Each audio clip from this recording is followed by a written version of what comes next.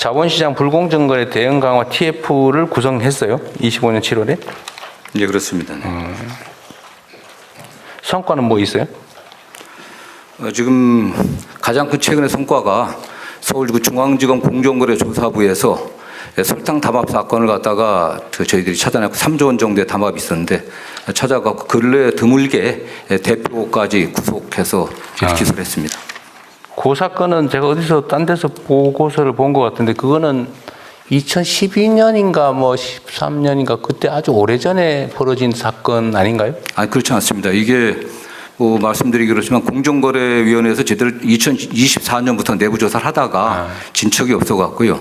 리니언 씨라고 해갖고 와서 신고하고 자백하게 되면 감형해주는 제도가 있습니다. 그래서 저희들이 그게 저희 검찰에 그 신고가 와갖고 검찰이 집중적인 조사를 하고 이게 공정거래위원회가 전속 고발권이 있기 때문에 저희들 고발 요청을 3회에 걸쳐서 고발 요청을 해갖고 그랬었어요? 예, 저희들이 이걸 조사를 했습니다. 네, 했었습니다.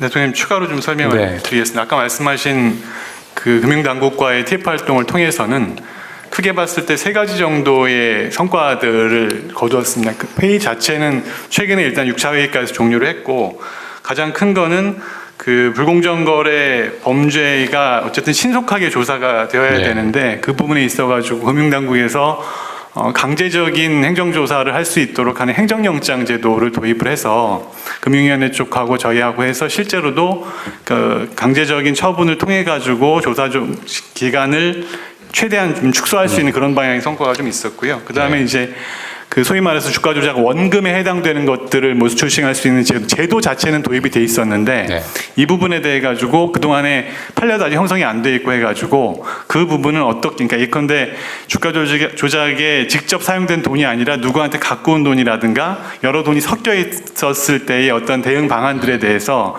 그 금융 쪽 당국 쪽하고의 그 대응 논리들을 만들어서 현재 어떻게 할지에 대한 그 방향성들을 잡았고요. 마지막으로는 그 지금 양형 기준을 양형위원회 쪽에 이야기를 해서 올해 하반기에 그 상당 부분 반영을 한 부분이 있습니다. 예. 네.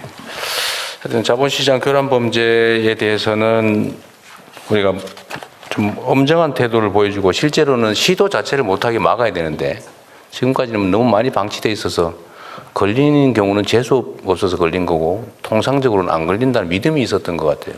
하여튼 그 점은 확실하게 좀 깨주면 좋겠어요. 예. 요즘 많이 좀 좋아지는 것 같다는 건 하는데 글쎄 여전히 이런 거 다 숨어 사는 거니까 알 수가 없죠.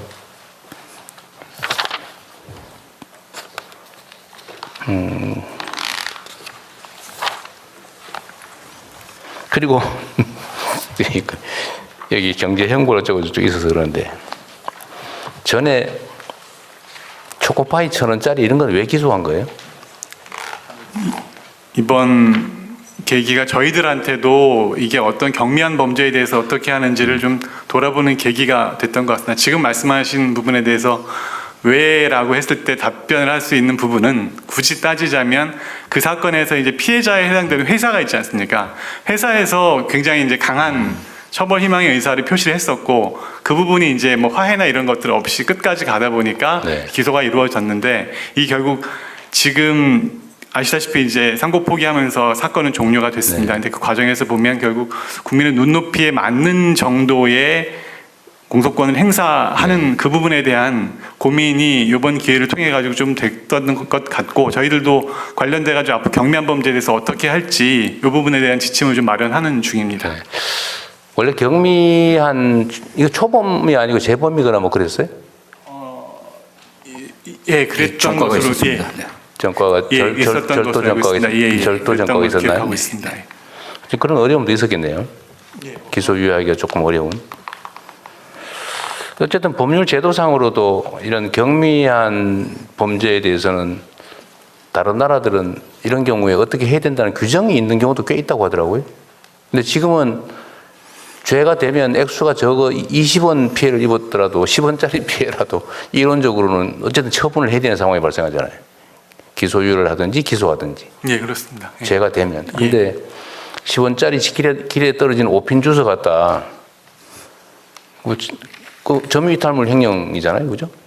신고 안 하고. 예를 들면 그런 경우도 굳이 기소해야 되나 그런 거를. 그러니까 아예 제도적으로 경미한 처벌 가치가 없는 거는 안 하는 그런 제도를 만들어야 되지 않을까? 예, 다른 나라는 그런 게 있다고 하던데. 저희들은 검토해 보겠습니다. 네. 네. 그게 너무 일선 검사들 입장에서는 이거 죄가 되는데 기소유예 하려니까 전에 뭘 한 기록도 있고 하면 혹시 문책당할까 싶어서 그냥 에이 기소해버리고 이럴 수도 있죠. 근데 예. 그 길을 하나 만들어 주기는 해야 되지 않을까 싶습니다. 예, 그렇습니다. 국민들이 보기엔 이런 걸 기소하게 되면 이게 그냥 공소권의 남용 또는 오용으로 그렇죠. 느끼기 반대쪽으로. 좋은 조건입니다. 예, 예. 하여튼 그것도 고민은 좀 해야 될 것 같습니다. 예.